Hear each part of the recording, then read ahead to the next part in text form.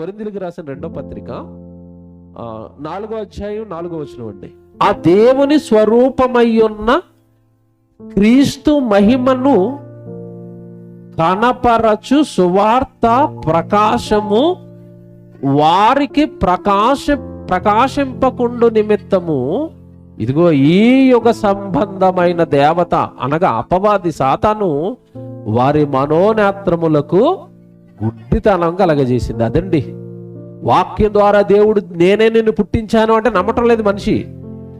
నా కోసం నువ్వు బ్రతకాలి అని ఎన్ని విషయాలు చెప్పినా నమ్మటం లేదు మనిషి. కారణం ఈ యుగ సంబంధమైన దేవత వల్ల మనోనేత్రాలకు ఏం కలగజేసిందంట? గుడ్డితనం. మనోనేత్రాలు అంటే అర్థం ఏంటి? బాగా వినాలి.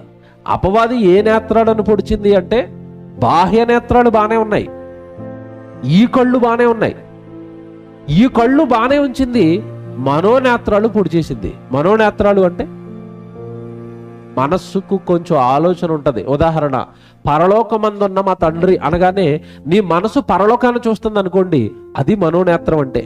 కానీ ఈ మనోనేత్రాలను అపవాది ఏం చేసిందంట? పొడి చేసింది. ఆ వాక్యాన్ని హృదయాలలోనికి వెళ్ళనివ్వటం లేదు అపవాది. ఇప్పుడు ఈరోజు చాలా మంది వాక్యం వింటారు, జస్ట్ చెవులతో వింటారు అంతే. వాళ్ళ హృదయం మాత్రం వాక్యం మీద ఉండదు, దేవుడు మాటల మీద ఉండదు, దేవుడు పని మీద ఉండదు, వాళ్ళ మనసు అంతా దేని మీద ఉంటుంది, జస్ట్ చెవులు మాత్రం ఇక్కడ పెడతారు. అలాంటి వాళ్ళ మనోనేత్రాలు ఎప్పటికీ వెలిగింపబడవు.